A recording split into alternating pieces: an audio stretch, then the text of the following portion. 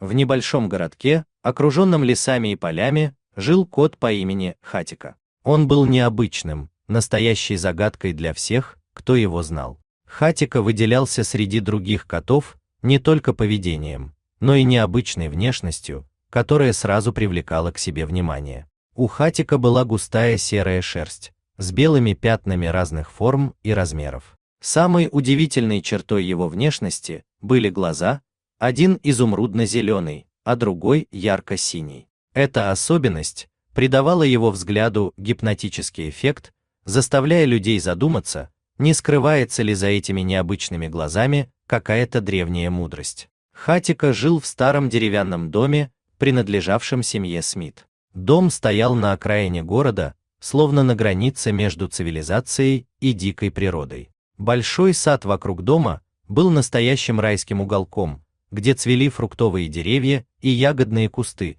создавая идеальное укрытие для мелких животных и птиц. За садом начинался густой темный лес, пугающий и одновременно манивший своей таинственностью. Семья Смит обожала Хатико, восхищаясь его уникальным характером и способностями. В отличие от обычных котов, Хатико издавал звуки, похожие на тихий, мелодичный свист. Когда он был особенно доволен, из его горла вырывался низкий рокот, напоминающий отдаленные раскаты грома. Самым удивительным в Хатико было его поведение, больше напоминавшее собачье, чем кошачье, за которое он и получил свою необычную кличку. Он легко выполнял команды, которые обычно использовали для собак. Когда его звали по имени, Хатико всегда прибегал, энергично виляя хвостом. Он даже научился открывать двери, ловко нажимая на ручку лапой. Каждое утро Хатико провожал детей Смитов до ворот, когда они шли в школу.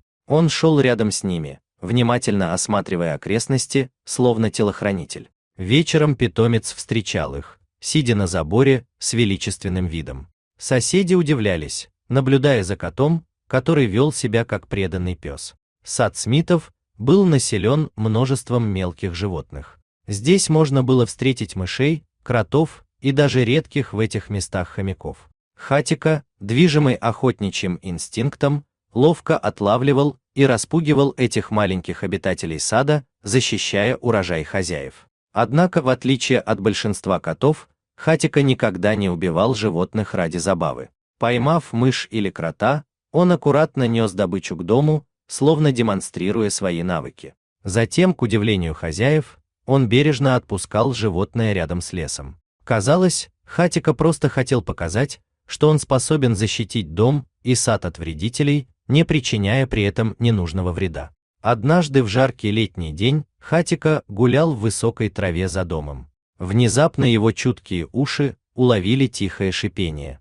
Заинтригованный, кот осторожно раздвинул лапой траву. То, что он увидел, заставило его замереть на месте. Перед ним лежала крошечная змейка, размером не больше карандаша. Ее чешуя переливалась на солнце, создавая невероятно красивый узор. Маленькие глазки змейки с испугом смотрели на огромного по сравнению с ней кота. Хатико мог бы легко убить змейку, но вместо этого он сделал нечто удивительное.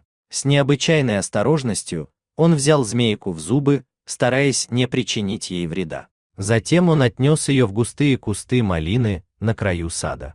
Там, среди веток и листьев, Хатико устроил для змейки уютное гнездо из сухих листьев и мха. С этого дня началась необычная дружба между котом и змеей. Каждый день Хатико приносил своей подопечной еду, насекомых, лягушат и маленьких рыбешек, которых он ловил в ближайшем ручье. В прохладные ночи он согревал змейку своим телом, спасая ее от холода и защищая от любых хищников. Постепенно змейка привыкла к своему необычному опекуну и перестала его бояться. Она даже начала выползать из убежища, когда слышала приближающиеся шаги Хатико.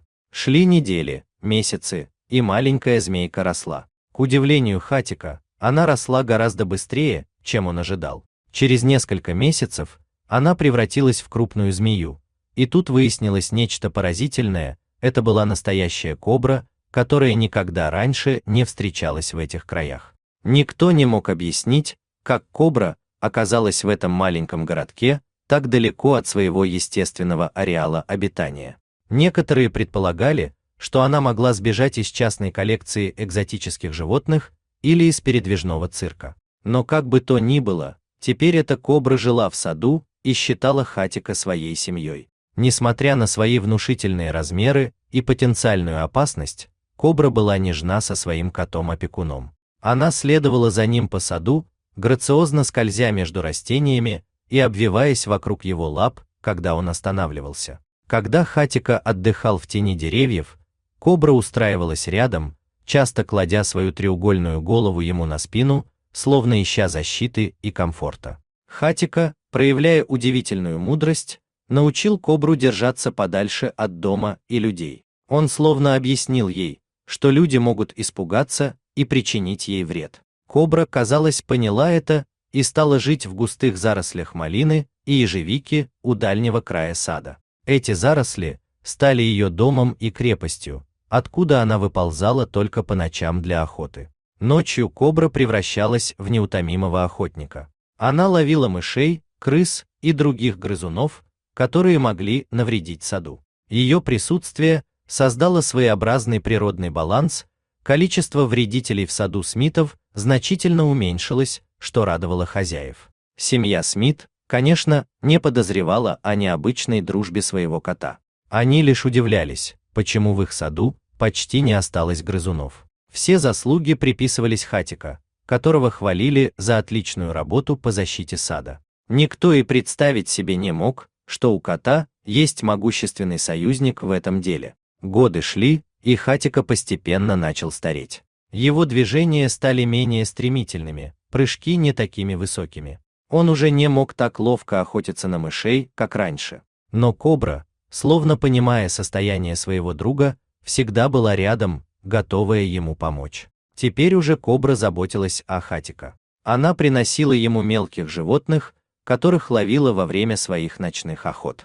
Иногда Смиты находили у порога дома мертвых мышей и других грызунов, и удивлялись, как их старый кот все еще умудряется охотиться. Они и не подозревали, что это были подарки от его верной змеи-подруги.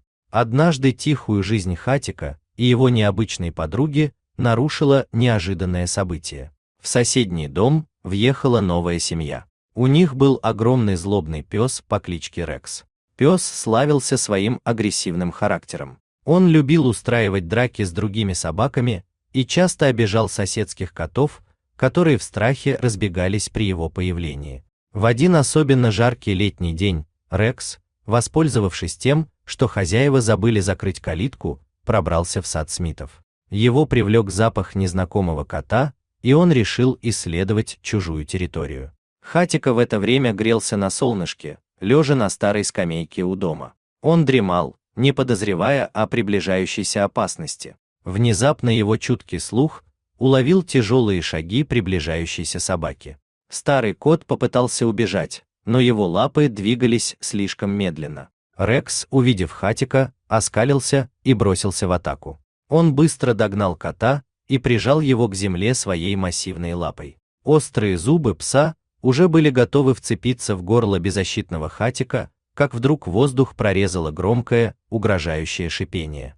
Из густых зарослей малины выползла огромная кобра. Ее чешуя блестела в лучах солнца, а глаза горели яростным огнем. Змея выпрямилась во весь рост, расправив свой внушительный капюшон. Она возвышалась над землей почти на метр, представляя собой грозное и величественное зрелище. Рекс на мгновение замер, пораженный неожиданным появлением столь необычного противника. Его охотничий инстинкт боролся с инстинктом самосохранения. Никогда прежде ему не доводилось сталкиваться с подобным существом. Кобра, не теряя ни секунды, издала еще одно угрожающее шипение и стремительно двинулась вперед, прикрывая собой Хатико. Ее движения были плавными и грациозными, но в то же время исполненными смертельной опасности. Рекс, быстро оправившись от первоначального шока, решил, что сможет справиться с этим странным врагом. Он отпустил Хатико и с громким лаем бросился на кобру. Его массивные челюсти щелкнули в воздухе, но змея оказалась невероятно проворной. Кобра ловко уклонилась от атаки собаки. Ее тело изогнулось дугой, и она нанесла молниеносный удар, целясь Рексу прямо в морду. Острые зубы змеи вонзились в нос пса, вызвав у него вопль боли и удивления. Рекс отпрянул назад, скуляя и мотая головой. Кровь капала из раны на его носу, а в глазах читалось явное замешательство. Он явно не ожидал, что его противник окажется настолько быстрым и опасным. Кобра не стала развивать свое преимущество. Вместо этого она отползла назад, продолжая прикрывать собой Хатика. Ею капюшон все еще был расправлен, а тело напряжено, готовое к новой атаке, если пес решится на еще одну попытку. На шум и лай прибежал хозяин Рекса. Увидев огромную змею рядом со своей раненой собакой, он застыл в ужасе. Его глаза расширились от страха и недоверия, он никак не мог поверить в реальность происходящего. «Змея! Огромная змея!» — закричал он, пятясь назад и судорожно пытаясь найти что-нибудь, чем можно было бы защититься. Кобра, услышав крик человека, медленно и величественно уползла обратно в кусты. Она словно понимала, что появление людей может означать еще большую опасность. Перед тем, как скрыться в зарослях, змея бросила последний взгляд на Хатика, словно убеждаясь, что с ним все в порядке. Хатика, все еще дрожащий от пережитого страха, медленно поднялся на лапы и, прихрамывая, направился к дому. Он оглянулся на кусты, где скрылась его необычная защитница, и тихо мяукнул, словно благодаря ее за спасение. Хозяин Рекса, все еще пребывая в состоянии шока, поспешно подозвал свою собаку. Рекс, скуляя и поджав хвост, быстро вернулся к хозяину. Кровь продолжала капать из его раненого носа, а в глазах читался неподдельный ужас. Не теряя времени, мужчина схватил Рекса за ошейник и поспешно вывел его из сада Смитов. Он то и дело оглядывался, опасаясь, что змея может вернуться. Как только они оказались на улице, хозяин Рекса сразу же направился к своей машине, чтобы отвезти пса к ветеринару. Новость о появлении огромной змеи в тихом городском саду быстро распространилась по округе. Многие не верили рассказу хозяина Рекса, считая, что он преувеличивает или выдумал эту историю, чтобы объяснить рану своего агрессивного пса. Смиты, услышав эту историю, начали внимательнее присматриваться к своему саду. Они заметили, что Хатика стал чаще проводить время в дальнем углу сада, возле густых зарослей. Иногда им даже казалось, что они слышат странное шипение, доносящееся оттуда. После этого случая поведение местных животных заметно изменилось. Соседские коты и собаки стали обходить сад Смитов стороной. Даже бродячие животные, которые раньше часто заглядывали в сад в поисках еды, теперь держались на расстоянии. Рекс, после того, как его рана зажила, больше никогда не приближался к забору Смитов. Стоило ему только увидеть Хатика, сидящего на заборе, как он начинал жалобно скулить и прятаться за спину хозяина. Хатика и его змеиная подруга продолжали жить своей тихой жизнью. Кобра стала еще осторожнее и показывалась только по ночам. Она продолжала охотиться на грызунов, поддерживая в саду идеальный порядок. Шли годы, и Хатика становился все старше. Его движения замедлились, шерсть поседела, а зрение ослабло. Но Кобра оставалась его верным другом и защитником. Каждую ночь она приползала к окну спальни Хатика, словно проверяя, все ли с ним в порядке. Когда Хатика ушел из жизни, Смиты похоронили его в саду под старым деревом. После смерти Хатика Кобру больше никто никогда не видел и не слышал. Она словно навсегда исчезла, выполнив свой долг перед другом. Эта необычная история дружбы обычного домашнего кота и огромной кобры стала местной легендой. Она напоминала людям о том, что настоящая дружба может возникнуть между самыми разными существами, преодолевая все барьеры и предрассудки. Дорогие зрители, если вам понравилась эта история, обязательно поставьте палец вверх и поделитесь этим рассказом со своими друзьями. Если вы впервые на этом канале и еще не подписаны, рекомендую подписаться прямо сейчас, чтобы не пропустить очередную захватывающую историю.